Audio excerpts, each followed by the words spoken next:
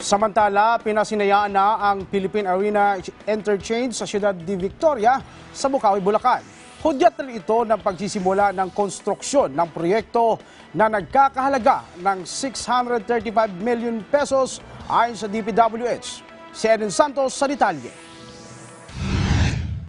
Sisimulan na ang konstruksyon ng Philippine Arena Interchange sa Ciudad de Victoria sa Bukawi, Bulacan.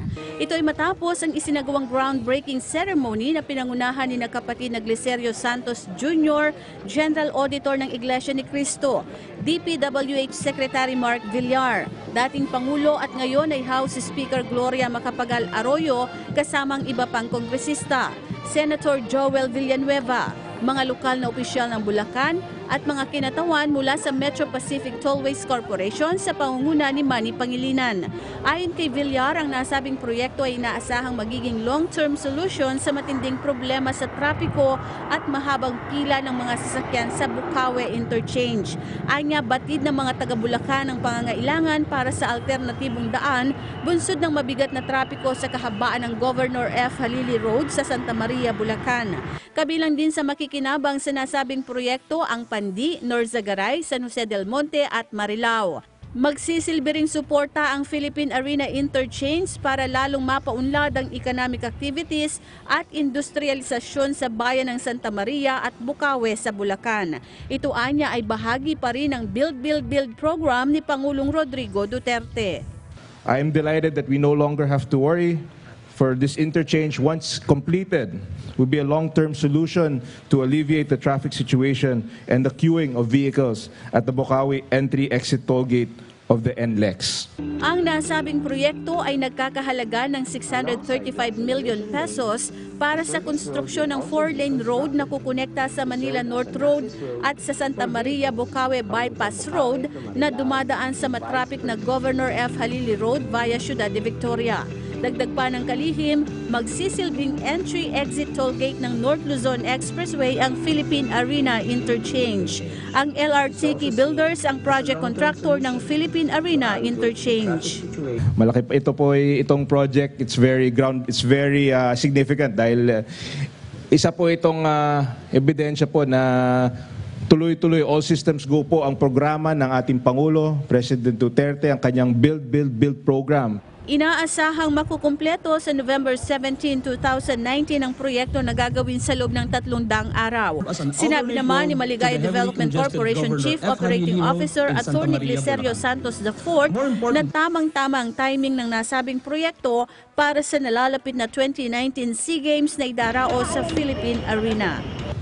We at Ciudad de Victoria, a government-recognized tourism enterprise zone, is so pleased and prepared to be the gateway for the continuous economic growth, not only to the towns of Bukawi and Santa Maria, but to the whole province of Bulacan. This project is timely for the 2019 SEA Games, which will be hosted by the Philippines. And fittingly, the opening on November 30, 2019, will be held at the Philippine Arena, the largest indoor arena in the world.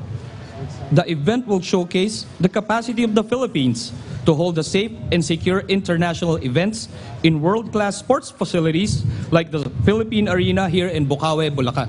Suportado naman ng liderato ng Kamara ang nasabing proyekto na lalong magbubukas umano ng turismo sa lugar. Ayon kay House Speaker Gloria Macapagal Arroyo, sa ilalim ng kanyang administrasyon nagsimula ang paglikha ng tourism state. So sa ngalan ng mga congressmen, kami ay masayang-masaya na naging bahagi nitong ating proyektong ito. At bilang dating Pangulo, masaya rin ako dahil sinabi nga ni KGP na ito ay tourism estate.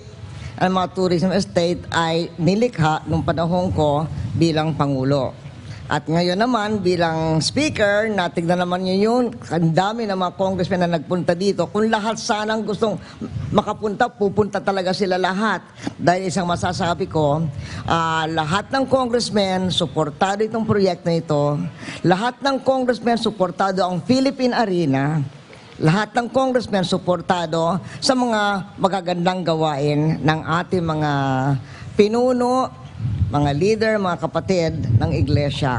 Para naman kay Senator Joel Villanueva, makasaysayan ang event na ito dahil matagal ng pangarap ng mga Bukaweño ang proyektong ito. Sa katunayan anya ay mahigpit niyang binantayan sa Senado ang budget para rito upang matiyak na matutuloy ang proyekto. Nung nalagay yung 600 plus million, 635 if I'm not mistaken, talagang bantay sarado po ako doon sa Senado at salamat din po sa counterpart natin sa Kongreso, sa Kamara, na hindi po pumapayag na tanggalin ito. Unfortunately po, this year, there's only 300 million yung capacity natin. But rest assured at hihingin ko po ang tulong ng ating mga kasama sa Kongreso na mabantayan po ito sapagkat mataas ang pangarap ng mga Bukaweño. Inaasahang matatapos ang first phase ng interchange sa Oktubre ng taong ito.